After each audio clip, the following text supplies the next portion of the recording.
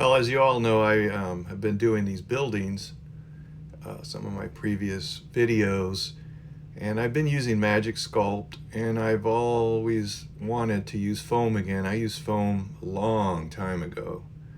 Back in the 80s, I was using styrofoam, just the white stuff, to make small little structures, and I was on the cover of Military Modeler magazine back in the 80s, and you can't see it here, but there was a wall behind that black tank that was made out of styrofoam, and I've used it before, and I just kind of abandoned it with the Magic Sculpt because I could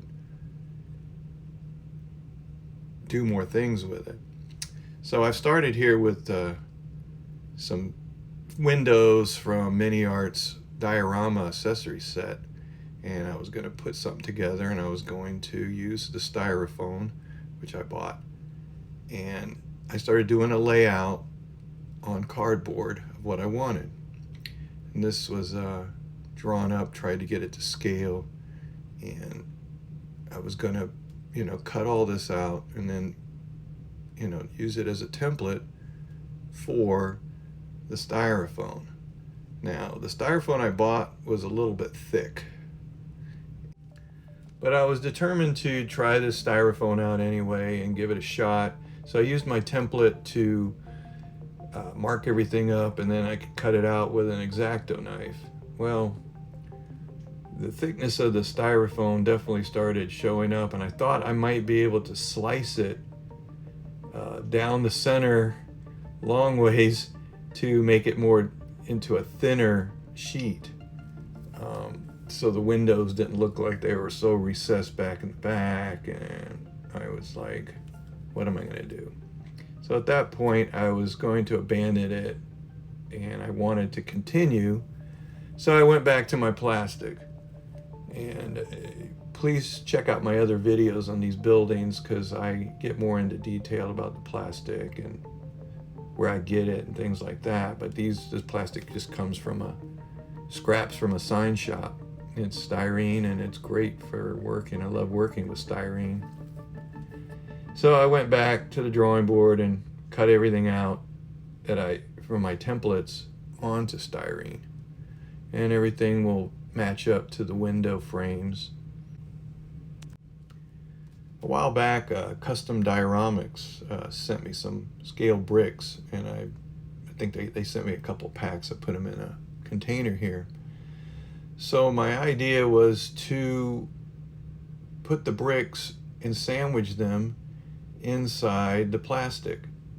So because the Tudor style houses in Germany had stucco and these wood, so I wanted to line everything up and show some damage, like you could do with the styrofoam, but I wanted to do it with the plastic and Magic Sculpt, and I wanted to show these bricks shown in the damage.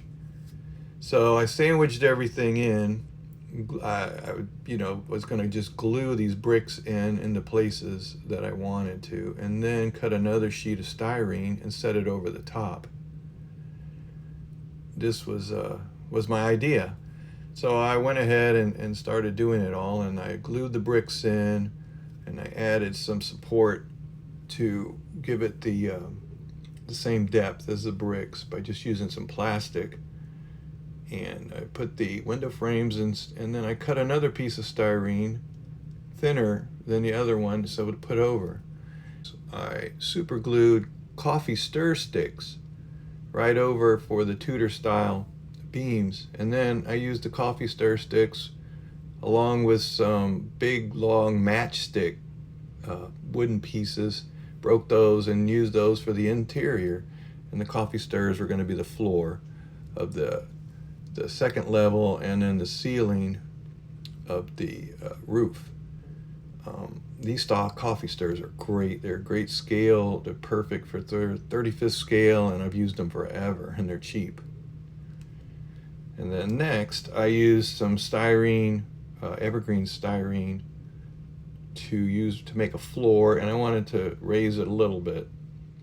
Next, I went to my local craft store, And I saw these really cool display bases with plexiglass covers that were clear, and I picked 2 of them up because it was buy one get one free, and I thought this would be a really cool idea for this diorama. And I had made everything, the floor, out of styrene to fit, so that way the glass dome would just go right over the top and fit nicely snug in there. And I've always kind of wanted to do this because I'm always afraid of some of these dioramas that are very fragile, taking them around places. But this is a really cool idea. So what I ended up doing was gluing the bottom of the plastic to this. It wasn't styrene, so I was worried about it sticking. I didn't want to use super glue, so I used 2-part epoxy to glue the floor and the whole diorama into this base. So once it was glued and I had all these sticks put on for the beams, I then used the sprue runners from model kits to make the downspipes from the gutters, and I wanted to show where it was destroyed, so I had to break a piece off. Next, I went with my Magic Sculpt and I started, sculpting out the building. And here I'm using the toothbrush for texture. A lot of this you could find more detail in my previous videos, so check those out. But the Magic Sculpt is just something I've really got used to using, and I really like the effects of it. And I can create, stonework and cobblestone, things like that. And it really comes out, to me, pleasing to work with. Toothbrush is really essential in this because it really puts the texture I need into the Magic Sculpt. And usually I texture it, sculpt in what I want, and then texture it once again. I used some reference from the internet for cobblestone, and then I tried to replicate it as much as possible, but I knew there was going to be a lot of debris over the top, so it wasn't where I had to get it perfect. The Tamiya tanker set is one of the figures that I used in the scene, and I know I wanted to make him as a tanker who lost his tank, and he's just in with a Panzer Grenadier group fighting. Next, I cut out some of that same evergreen styrene sheet that I used for the floor as like a tile floor at the bottom level, and I just cut the tiles out for the roof shingles, and those were glued on just using styrene cement, liquid cement, and it worked out really well. And I normally just cut these out of plastic freehand and put them on, but it was an easy way to do it. The window frames I had to make out of styrene sheet, and once everything was completed, I put spackling into the cracks of the cobblestones, street, and sidewalk section. Next, I ground up some bricks and just busted them up with a hammer to get some debris, and I wanted it smaller than the size of the bricks that were going to be laying around, so the debris had to be crunched up a little bit smaller. And I started off by just putting some PVA glue, white glue, down in the areas that I wanted it, just to make sure that these sections were going to, hold what I put first. And then once this was all set up in the way I wanted it, as far as the debris from the destruction of the house, I used a mixture of the white glue with some alcohol, isopropyl alcohol, rubbing alcohol, and this was just dipped and dripped into the rubble to create the rest of the adhesion to the diorama, because it's hard to get all the little pieces to stay that you need. When a building comes down, you really want it to simulate and show all the pieces that came down from the building. And you really got to, it's a cause and effect thing. If you've got a brick that came out, bricks that fell out of this section from the destruction, we'll show some bricks on the ground. If there's a gutter, my gutter broke at the top of the roof, so I wanted to show pieces of the gutter down below.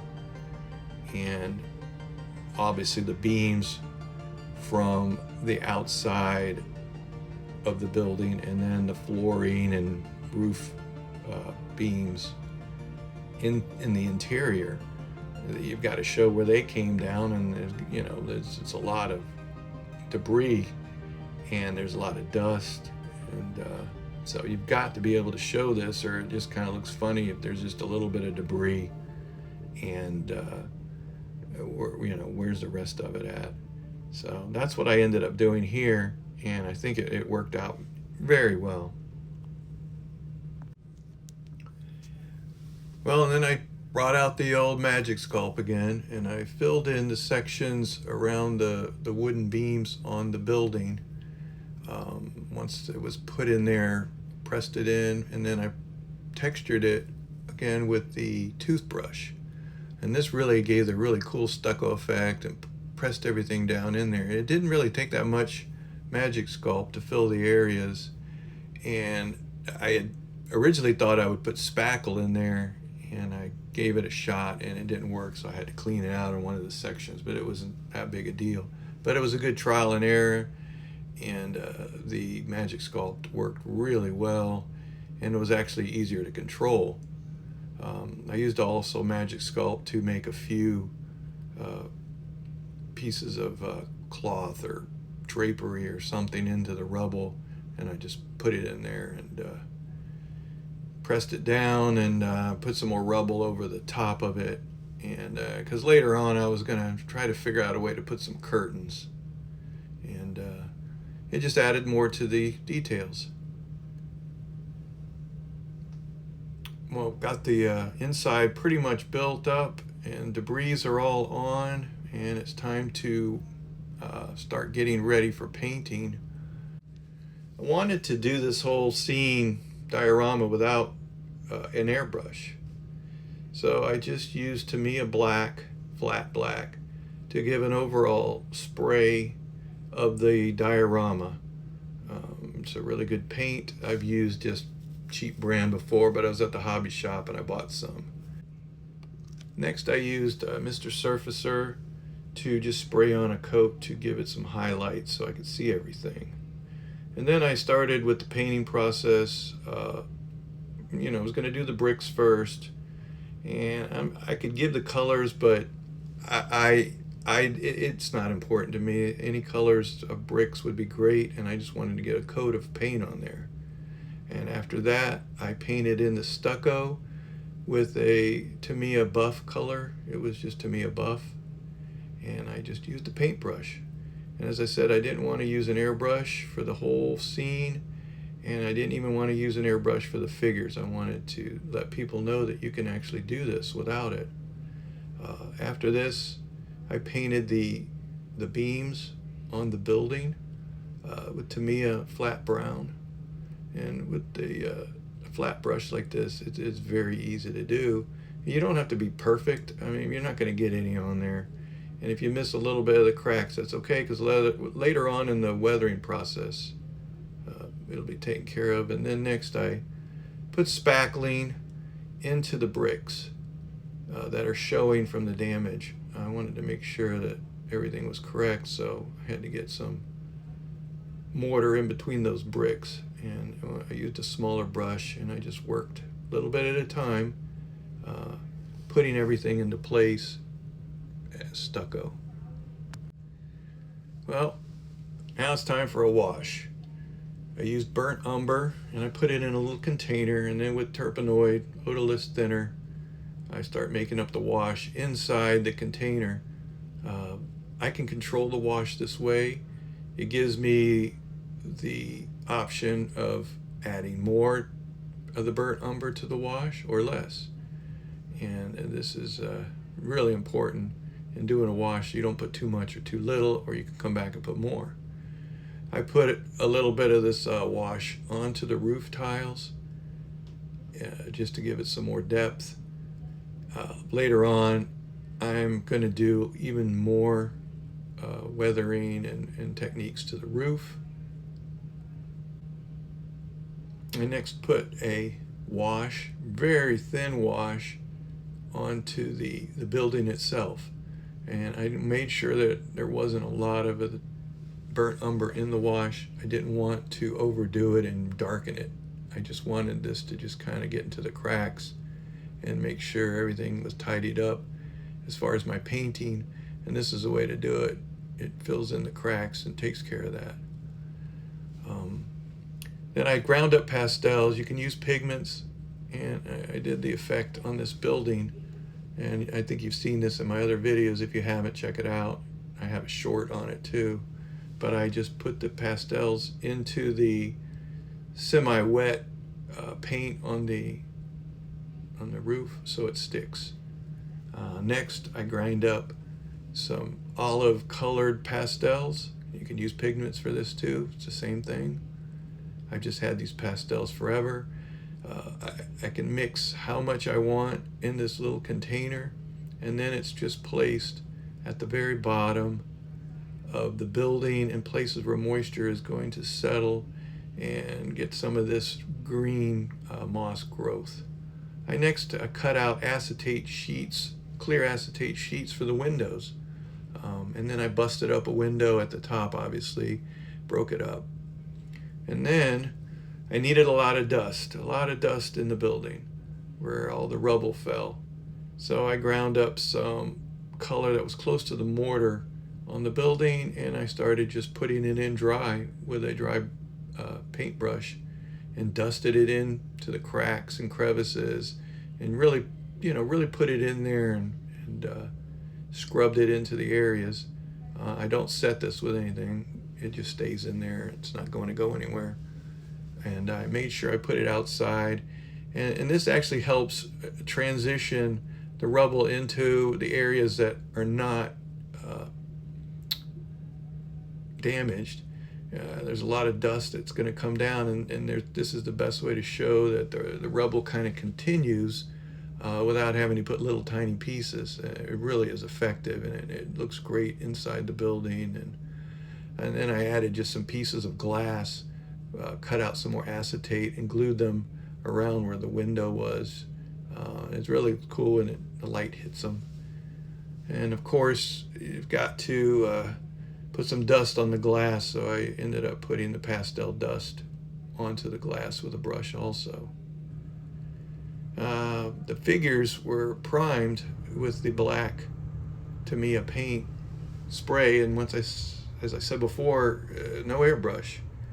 I've been painting different ways, but this time I just used the surfacer and sprayed it over to give it a highlight so I could see. The other two figures in this diorama are from the really, really nice Tamiya set, and I'd used the other figures in another diorama you can see on my channel.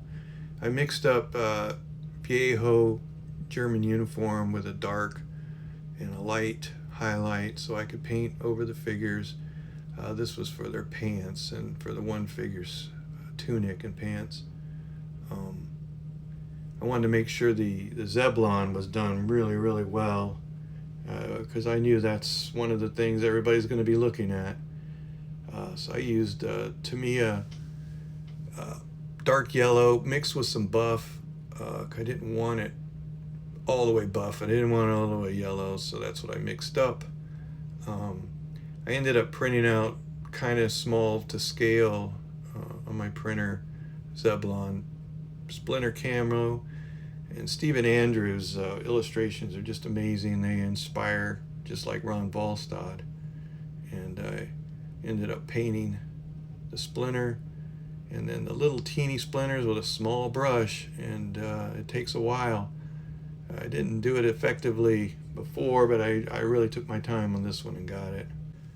And to finish things off, I mixed up the flesh colors that I wanted for the face and took care of that. And the other details to the figure were painted all in acrylics. I wanted to put some curtains inside, so there's no buildings without curtains like this. So I used tissue paper and cut them out, folded them up kind of like a curtain would be, glued them on was just the very tops with super glue so it would attach very fast, and then just used acrylic paint, beige paint, to paint them. And since they're very thin, the paint went right through and I didn't have to paint both sides. The final diorama is really interesting, the way I've got it in this enclosed case, which I've always wanted to do, and I finally did it, and I saved a really cool diorama for it. And I've got one more that I can do this too, so I might do another building in one. So I appreciate everybody watching and liking and commenting on my videos. Thanks so much, and continue to check out my channel and check out the other videos. I've got a lot of other really interesting stuff.